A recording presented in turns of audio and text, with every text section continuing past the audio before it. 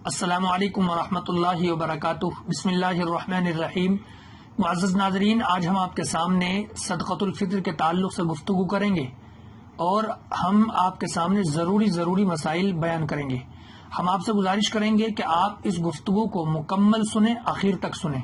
صدقۃ الفطر یعنی فطرے کے مسئلے آپ کو معلوم ہو جائیں گے، اور اس گفتگو کو سننے کے بعد یعنی فطرے کے تعلق سے جو گفتگو ہوگی اس کو سننے کے بعد اگر کوئی مسئلہ آپ معلوم کرنا چاہتے ہیں تو کمنٹ باکس میں معلوم کر سکتے ہیں، انشاءاللہ ہم اس کا جواب آپ کو دیں گے۔ دیکھیں ناظرین، سوال یہ ہے کہ صدقۃ الفطر کس پر واجب ہے اور اس کے مسائل کیا ہیں۔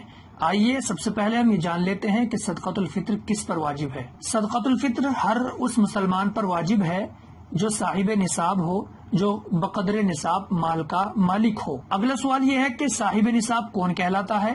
تو یاد رکھیں کہ جس شخص کے پاس استعمال کی چیزوں اور ضرورت کی چیزوں سے زیادہ اتنا سامان ہو کہ اگر ان تمام سامانوں کی قیمت کو جوڑا جائے تو 52.5 تولہ چاندی کے برابر ہو جائے۔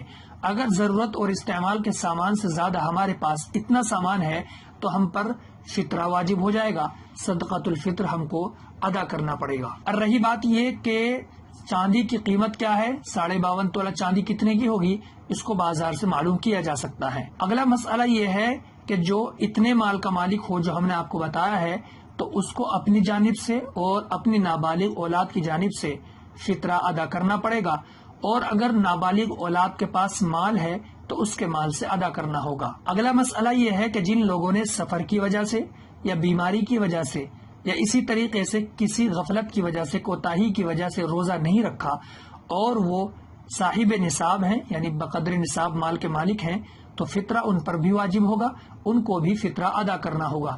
یہ نہیں کہ اگر انہوں نے روزہ نہیں رکھا تو ان کو اوپر فطرہ واجب نہیں ہے، نہیں، فطرہ ان کے اوپر بھی واجب ہے۔ اگلا مسئلہ یہ یاد رکھیں کہ جو بچہ عید کے دن صبح صادق یعنی فجر کی اذان کا جو وقت ہوتا ہے اس سے پہلے اگر پیدا ہوتا ہے تو اس پر فطرہ لازم ہے، اور اگر بچہ صبح صادق یعنی فجر کی اذان کا جو وقت ہوتا ہے اس کے بعد پیدا ہوتا ہے تو اس پر فطرہ واجب نہیں ہے۔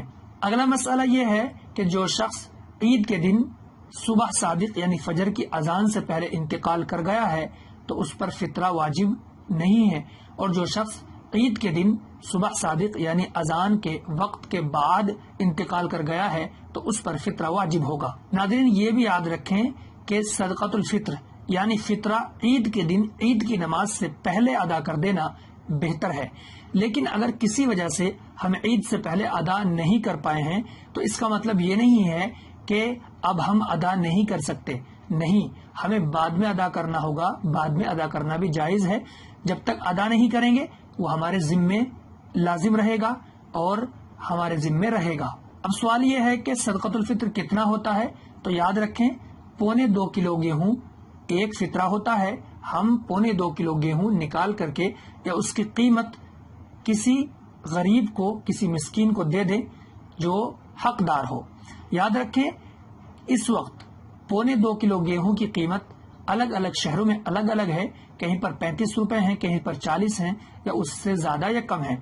2.25 کلو گیہوں کی قیمت آپ اپنے قصبے میں، اپنے شہر میں معلوم کریں، بس وہی فطرہ ہے، اس کو ادا کر دیں۔ یہ مسئلہ بھی ذہن میں رکھیں جس کے تعلق سے بار بار معلوم بھی کیا جاتا ہے کہ ایک فطرہ مختلف لوگوں کو بھی دیا جا سکتا ہے۔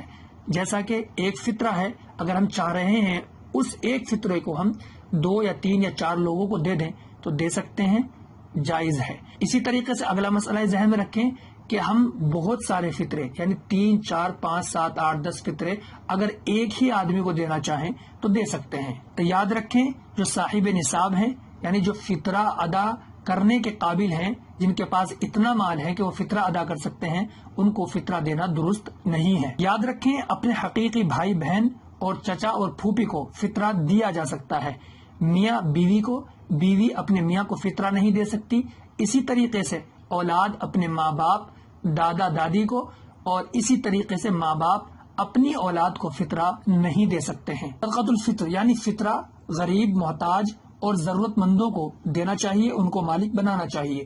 اگر ہم چاہتے ہیں کہ ہم اپنے فطرے کو مسجد میں دے دیں یا کسی اچھے کام میں لگا دیں تو ایسا کرنا درست نہیں ہے۔ ناظرین، یہ بہت ضروری اور بڑے بڑے مسئلے تھے جو ہم نے آج آپ کے سامنے فطرے کے تعلق سے بیان کیے ہیں، صدقۃ الفطر کے تعلق سے بیان کیے ہیں۔ اللہ سے دعا کیجیے اللہ عمل کی توفیق عطا فرما دے اور سمجھ کی توفیق عطا فرمائے۔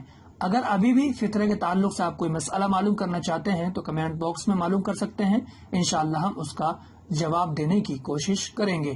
اللہ سے دعا کیجیے اللہ عمل کی توفیق عطا فرمائے، سمجھ کی توفیق عطا فرمائے۔ السلام علیکم ورحمۃ اللہ وبرکاتہ۔